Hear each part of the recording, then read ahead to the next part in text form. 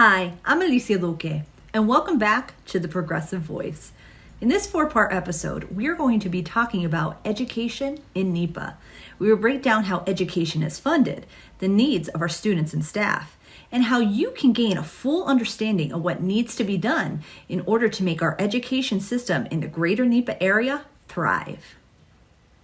Pennsylvania public schools are amongst the best in the nation. For more than a decade, student achievement has been improving thanks to the effort of educators and student support professionals.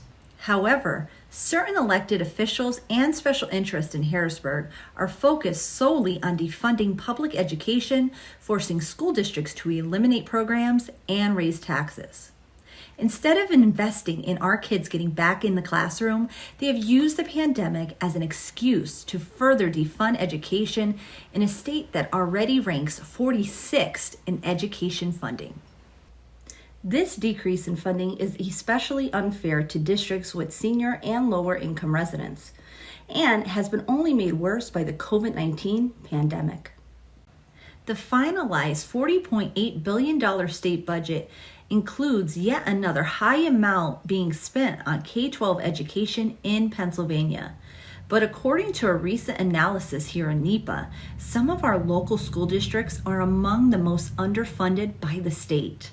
To gain a better understanding on how education in the greater NEPA area is funded, I sat down with Susan Spica and Sandra Miller from Education Voters.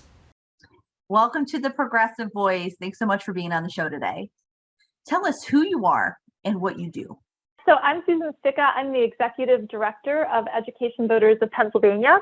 I live in Shippensburg, which is it straddles Cumberland and Franklin counties.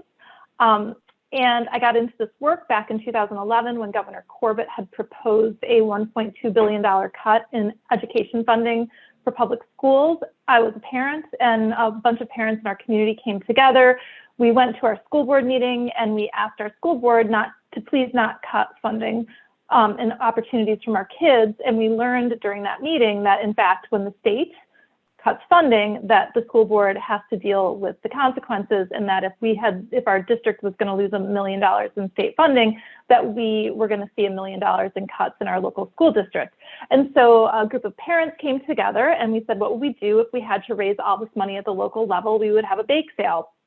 So we came together, we went up to Harrisburg, we baked cookies, and we had a mock bake sale, and we said that we would need to sell $1.2 billion worth of cookies in order to make up for the cuts that Governor Corbett had been proposing. And so back then in 2011, there was a large group of parents who got involved in education advocacy. I had a first grader and a third grader, and have been involved in this ever since. And so I got involved with Education Voters and then ended up becoming the executive director in 2016.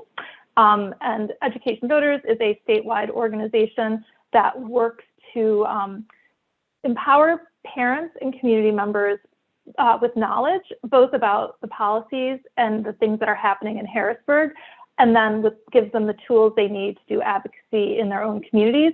So we have a large statewide email list, and we have a lot of active advocates all over the Commonwealth. And we really work to build a really powerful and strong movement to support public education in Pennsylvania. And so I'm going to hand this over to Sandra Miller, who is a key part of the team at Ed Voters. Yes, I'm Sandra Miller, and I'm the advocacy coordinator for Education Voters of Pennsylvania. I started this work when I became a school director 16 years ago at the Saucon Valley School District in the Lehigh Valley. Through my work, I began becoming active at the school board level, and I ultimately became the circuit rider for the Northeast region for the Campaign for Fair Education funding. Pennsylvania did not have a funding formula, and that was our big push to try to deal with the equity issue and the adequacy issue in funding in Pennsylvania. I started working with PA Schools Work, and through that work, Susan and I joined forces, and I now do advocacy work for Education Voters, and I work pretty extensively in parent voice and trying to help parents become more involved in advocacy in public education. How is education funded in the greater northeastern Pennsylvania area? In Pennsylvania, our state provides 38% of what it costs to operate all of our 500 K through 12 school districts. That is an incredibly small amount. We rank, again, 45th in the nation. Most states, a typical state would provide about half of the funding. And so when the state is cheap, it means that local communities have enormous pressure to raise taxes locally. And the local taxes that are raised are property taxes. So what we see in Pennsylvania are these enormous gaps in what school districts are able to raise locally. We find that up in the Northeast, even in our urban centers, as well as some of our rural districts, that the local effort, that is the amount of effort it takes to raise the money to make up for the lack of state funding, results in a really strong tax effort. They have to have a very high taxes, and they don't actually usually raise sufficient funds even with that to happen. So their spending level is very low. For example, for tax effort, Scranton is considered 148th in the state for tax effort, but their spending ends up being 470 because they just cannot reach the level that they need to meet the needs of their students. And it's just a sad situation from large to small. Mid-Valley has to raise 66% of their funding from their local tax base. And that's just results in a 444th level of spending. And it's just not a fair way to be handling funding. And Northeast PA is a fine example of the fact that we need to fix it. In addition to the Wilkes-Barre Area School District, the lawsuit is alleging inadequate state funding for public education and also calculates the Hazleton Area School District is among the top 5 districts getting shortchanged, while the Greater Nanticoke Area School District is ranked number 15th. Filed in 2014, the suit contends that the state is failing to provide a thorough and effective system of education guaranteed by the state constitution. To tell us more about the lawsuit and how funds are currently distributed to our local NEPA schools, I'll throw it back to Susan and Sandra. Pennsylvania is currently involved in a school funding lawsuit. 6 school districts, along with parents from the city of Philadelphia and some other school districts, as well as the NAACP and the Association of Rural and Small Schools, have filed a suit against the Commonwealth, basically against the leadership and the governor, for the lack of funding, and they would like to have our current system declared unconstitutional. They believe, based on the way that our school code is currently written, that they aren't meeting the standards and they aren't meeting the adequacy that they need to do in order for our students to be successful. So the lawsuit has been providing some really heartbreaking testimony. We've had testimony from Panther Valley. We've had testimony from Shenandoah Valley, as well as from Wilkes-Barre. And they've talked about buildings that have been neglected. They talk about staffing that they've had to cut. They no longer have art and music in the lower grades. They provided some really a strong backdrop for people to understand what lack of resources mean. And we are actually, it's winding down. The last witness is actually testifying now, and we expect to move into closing arguments shortly. But this system is only to be declared unconstitutional. It doesn't provide a fix. So it's going to be up to all of us as advocates to reach out to our legislators and tell them that it's time for them to step up to the plate and to find a way to fund our schools adequately and equitably, so that as we move ahead, students that have greatest needs will have those needs met and have the resources in their classroom and the resources in their buildings in order for them to be successful.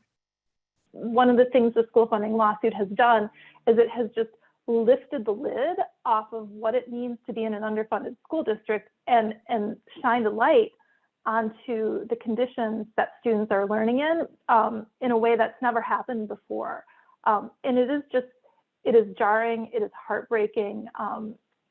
Students don't have like the very, very, very basics in many of these districts. And I think that, it is 100% the fault of lawmakers in Harrisburg who have made a very conscious choice to strangle off the funding that they are sending out to public education.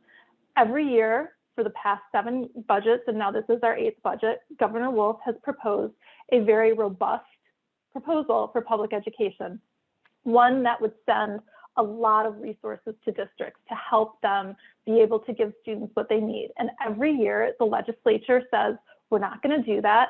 And they take what is a robust and good proposal and they hack it back to be like the very basic bare minimum of what they think they can get away with being able to go back to their districts.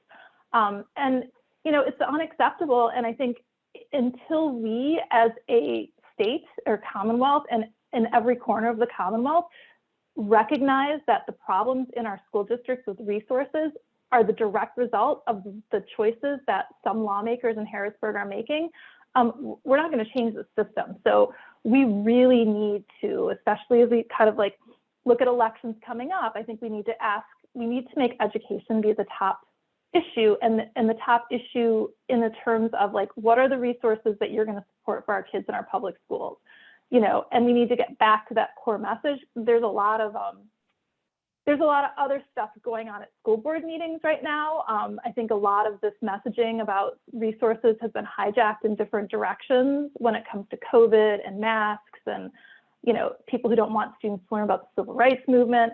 And all of that is like really a very well-designed distraction to take people's eyes off of the fact that we have kids in buildings where they don't have what they need. And if we don't remedy that, we are going to be in a really big world of hurt in Pennsylvania, because these kids are the ones who we need to have graduate and become future teachers and nurses and engineers and pharmacists and librarians and everything else that we need in our communities. And when we're not preparing them in their K through 12 education, we're not just, you know, hurting individual children, we're kind of hurting our regions of the state where the schools are underfunded, and we're hurting all of ourselves, because like we need every child in the state to develop their potential. And the other load that they're carrying is charter schools. We have found through some research that was done by two of the state associations that 44 cents for every dollar of tax increases is going to charter schools. And charter schools is directly impacting the education up in the Northeast PA area. And I think that, you know, people need to understand that lack of resources ultimately leads to tax increases, but it also really directly impacts the classroom and the choices that these administrators have to make. It was hard to hear how during the lawsuit, the decisions that those administrators have to make. So do we want to talk a little bit now about what's happening with the education lawsuit and what it is and what it will mean for Northeast PA students? Sure. And since you've been the one that's following that most closely, do you want to kind of field that question, Sandra? I can give the update that I usually give. So let me take a breath. So the Pennsylvania is currently involved in a school funding lawsuit.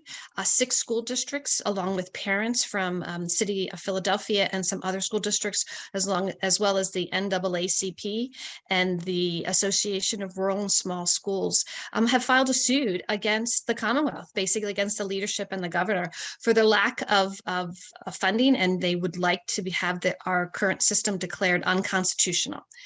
They believe, based on the way that our school code is currently written, that they aren't meeting the standards and they aren't meeting the adequacy that they need to do in order for our students to be successful. So the lawsuit has been providing some really heartbreaking testimony. We've had testimony from Panther Valley. We've had testimony from Shenandoah Valley, as well as from Wilkes-Barre. And they've talked about buildings that have been neglected. They talk about staffing that they've had to cut. They no longer have art and music in the lower grades. They provided some really a strong backdrop for people to understand what lack of resources mean. And we are actually, it's winding down. The last witness is actually testifying now, and we expect to move into closing arguments shortly. But this system is only to be declared unconstitutional. It doesn't provide a fix. So it's going to be up to all of us as advocates to reach out to our legislators and tell them that it's time for them to step up to the plate and to find a way to fund our schools adequately and equitably, so that as we move ahead, students that have greatest needs will have those needs met and have the resources in their classroom and the resources in their buildings in order for them to be successful. And so Governor Wolf's proposal says, you know, for cyber charter students, we know that when a student goes to a cyber charter school, they don't have all the expenses that a brick and mortar school district has. So they don't need all of the funding that is spent on a student in a brick and mortar building. So he has proposed a $9,800 flat rate tuition fee for every regular education student who is going to a cyber charter school. So instead of having 500 different rates, instead of some school districts spending over $20,000 for a student to go to a cyber charter school, everybody would spend $9,800. He has also proposed to use the special education funding formula that is used to send out money to school districts, to use that same formula for charter schools. What it does is it basically says, students, we recognize that there are students who have various different needs. Some students have very low needs for their services. They might need a half an hour a week of speech therapy. And the special education funding formula recognizes that those students cost less to provide services to. And then there are some other students who have very high needs and their costs are higher. So applying the special education funding formula to charter schools would mean that we're treating both sectors of schools the same, and that students are being treated the same too. Right now, there are a lot of charter schools that reap enormous profits off of enrolling students with disabilities. So they'll get an extra $100,000 or $200,000 in special education funding through tuition payments, and then they take special education funding that is intended for kids with disabilities and they reallocate it to spend on whatever they want. And so Governor Wolf's proposal would save about, I think, $370 million. And so what that would do is, it's not new money to go to school districts, it's just savings. It just says your tuition rates would be aligned to the actual costs of the students who are going to the charter schools, and we wouldn't be sending all this extra money to charter schools. And I can tell you that if you go to the EdVoters website, we did some right to know requests, and we found that over a 2-year period, cyber charter schools spent, the ones that actually responded to us, we found that they spent over $35 million on advertising. And so we know that they are swimming in excess money. If they have $35 million to waste on,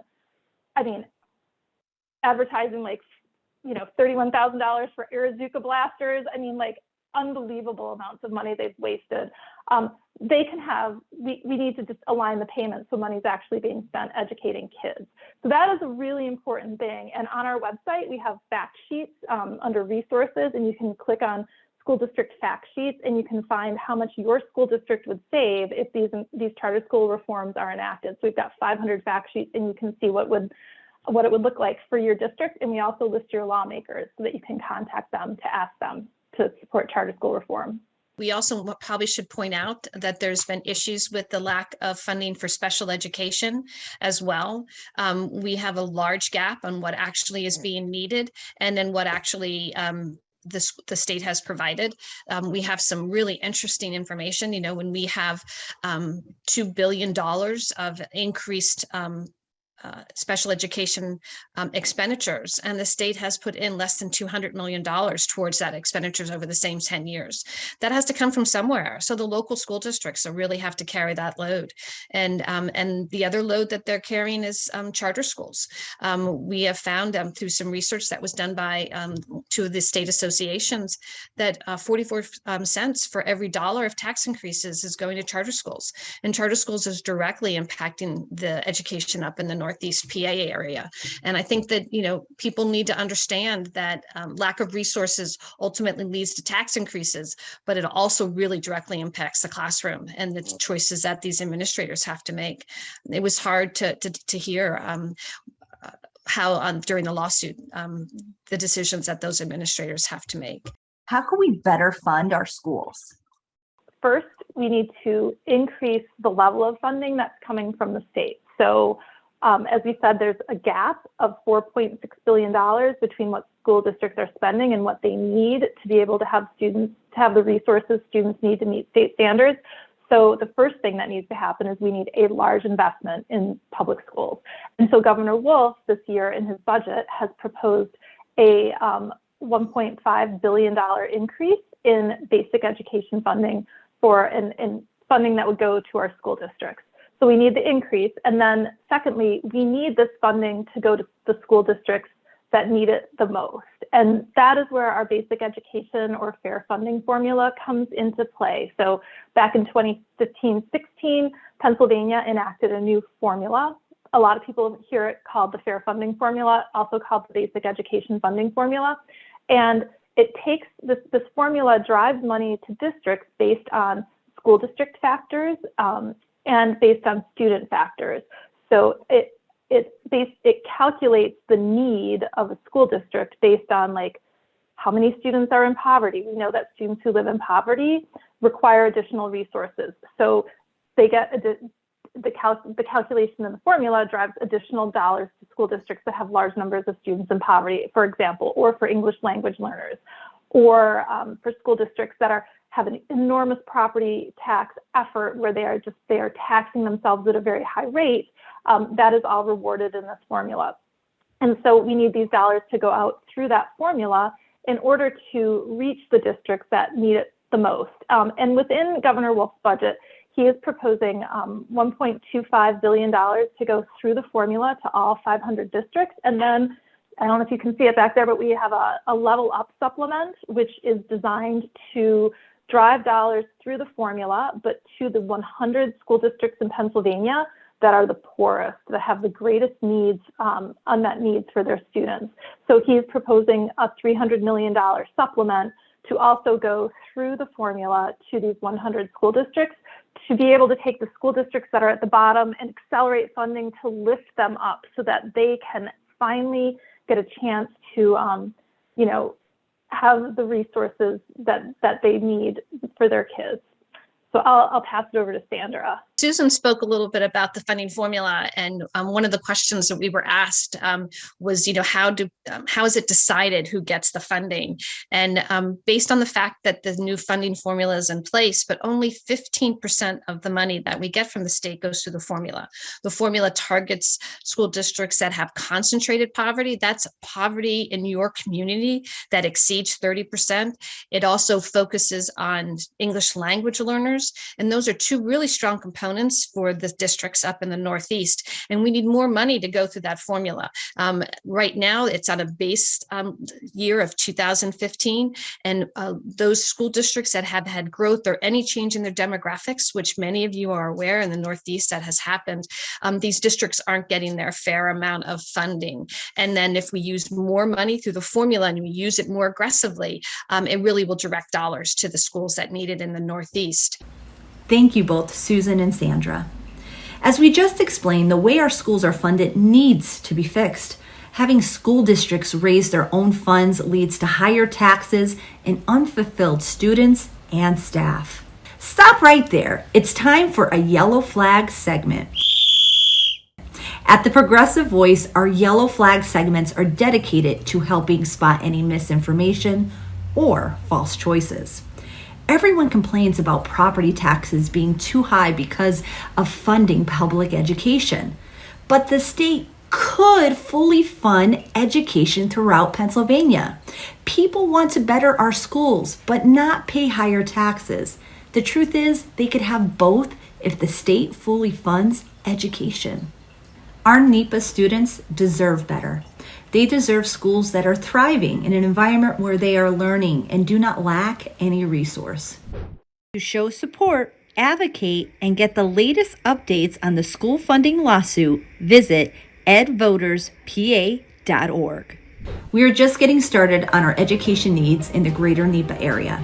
So join us on our next episode as we focus on the needs of our teachers.